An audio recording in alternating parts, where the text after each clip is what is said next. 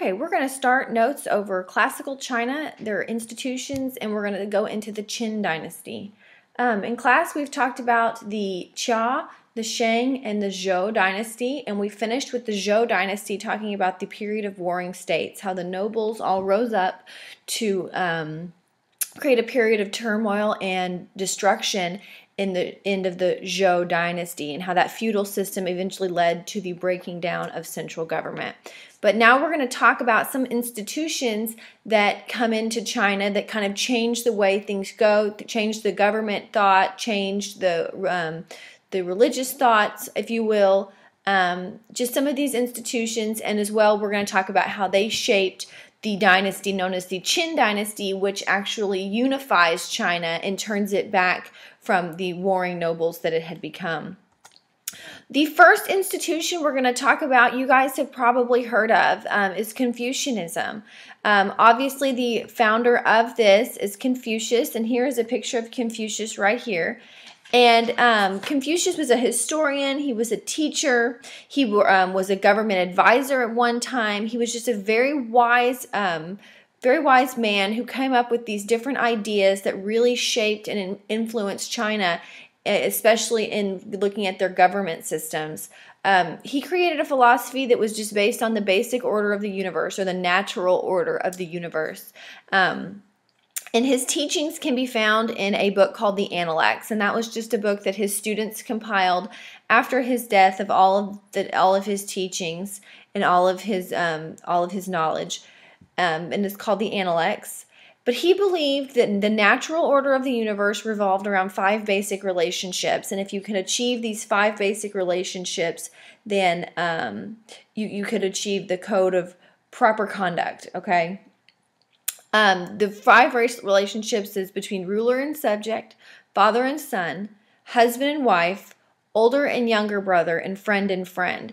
And looking at the relationship between father and son, Confucius believed in this the practice known as filial piety. Filial piety, and that just means that you show devotion to your elders or your parents. So because Confucius was very involved in the family, he believed that, if you can notice, there are 3 relationships out of these relationships, that 3 out of the 5 that revolve around family. So he did have this idea that filial piety and children showing respect and devotion to their elders and their parents was the natural order, and that's how people should live.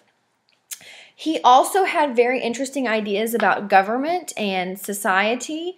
Confucius he becomes the minister of justice under the Duke of Lu, and because Confucius was so overwhelmed, he was very, very good at teaching kindness and justice, and he overwhelmed the people of Lu by his kindness and his courtesy, and so things got a lot better when he was the minister of Lu.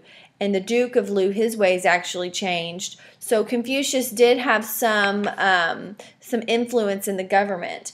Confucius believed that an education could transform any person into a gentleman.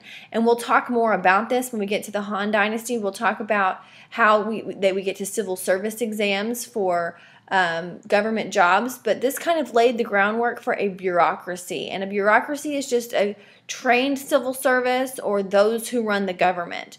And we have bureaucracies. It's just kind of like the departments that run the government. But Confucius, his ideas actually led to that. He believed that if you were trained and educated, then you could move into a certain field, or you could become a civil servant. So his ideas laid the groundwork for this bureaucracy, and Confucian ideas become the foundation of Chinese government and social order. And guys, we really need to think about this, because in the future dynasties that we talk about, Confucianism is pretty much the basis of a lot of their government policy and the government bureaucracy. So we will see Confucianism again and again. But Confucius was just a very influential man. Confucianism is really not considered to be a religion, but more of an ethical system, a system of ethics to live by. But that was Confucianism, and it's very influential, and we will be talking more about that. The second ethical system that we talk about, or that's found in China, is called Taoism. And Taoism was started by a man named Lao Tzu, or you will sometimes see it Lao Tzu. Okay, so it was started by him, and here's a picture of him down here. And his beliefs kind of revolved around nature, and he believed that nature has the way, or the Tao, and the people should really accept the way of nature and not try to change things, and not try to strive for anything, just let things happen. And that people can reach this enlightenment state by enjoying nature and not having a striving attitude. And he thought that people argued all the time about right and wrong, good and bad. And to Lao Tzu, those were really pointless arguments. He thought we should just let things be as they were, and achieve enlightenment through enjoying nature. So that was the basic principles around Taoism, and it's called Taoism because the way is the Tao. The last institution we're going to talk about is kind of an interesting institution that you probably will start, when I start describing the characteristics, you'll start to draw on that prior knowledge, and you'll start to see, I think I've heard of things like this in more modern times. But this institution was known as legalism. And legalism was more of a strict, stringent, rigid policy. They believed that a highly efficient government was the key in establishing order in society, and that order in society really couldn't be achieved unless the government was fully in charge and fully executing order over all of its citizens. In a legalist society, the ruler, provides rewards for good conduct, but also believed in harsh punishment. Harsh punishment for disobeying. So if you carried out your duties well, then you got rewarded. But if you were disobedient, then you could be harshly punished. And actually, the legalists stressed the punishment more than they did the rewards. So they were very, very strict, and they believed in following the laws, and that punishment and rewards would actually help carry out those laws. Legalists believed that the government should control actions and ideas. They felt like it's the king's job to govern, or the prince's job to govern, and it's the people's job to follow. Okay, so that was very much their ideas, and they believed it was monarch, or the king was in control, or the ruler was in control, and the people were his subjects.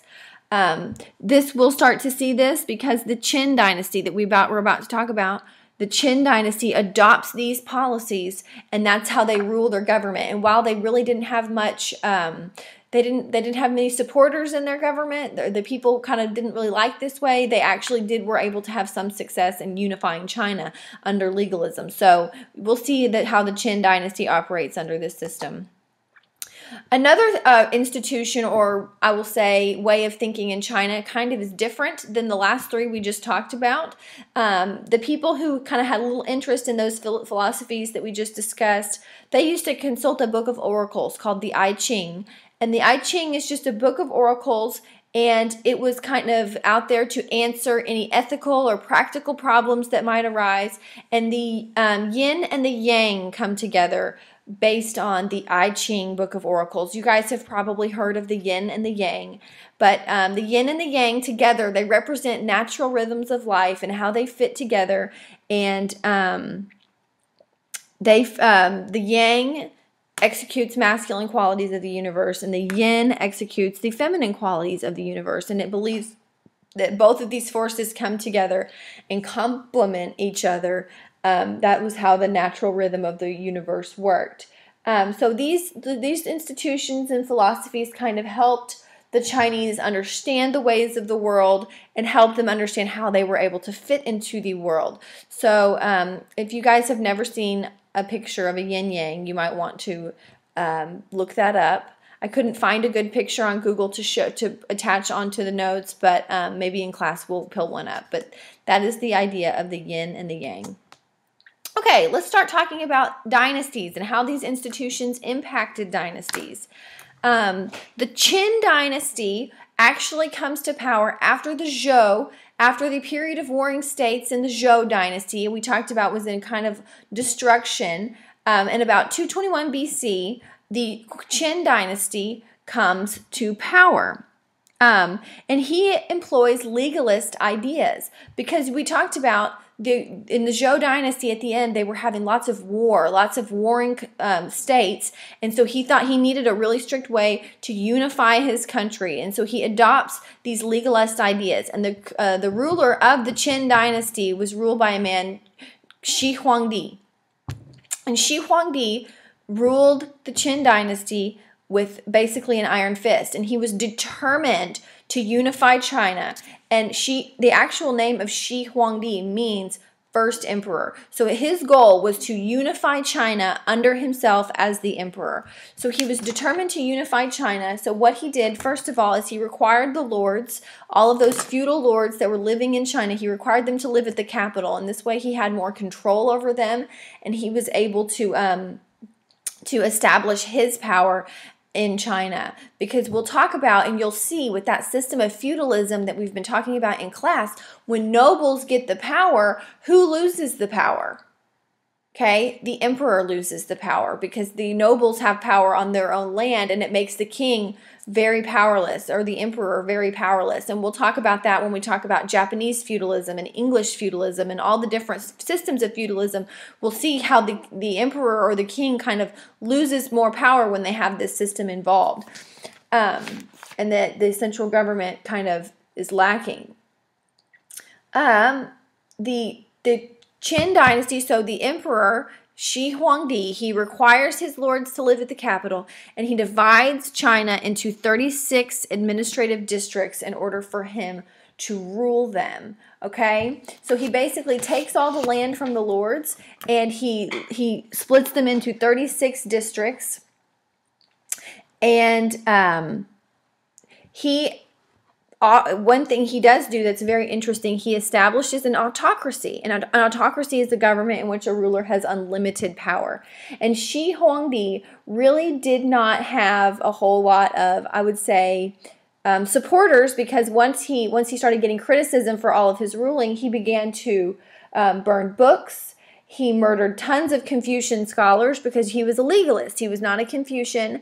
So he burned books. He murdered Confucian scholars. He burned the Confucius works. He burned poems of people who disagreed with legalists. The only kinds of books and documents that were spared were the books on medicine and farming and necessities. So he was very much wanting to get rid of any kind of criticism and any kind of negative feelings toward his empire or toward his rule.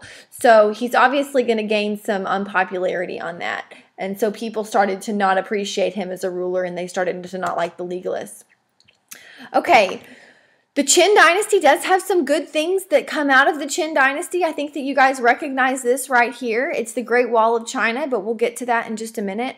The Qin dynasty did have a very strong centralized government. They were able to build lots of roads and highways. They actually built a highway network that spanned over 4,000 miles. The only thing about the roads and highway system, and we'll also see this in the Great Wall, is the peasants in China were forced to work against their will. So again, he's not gaining much support for his reign.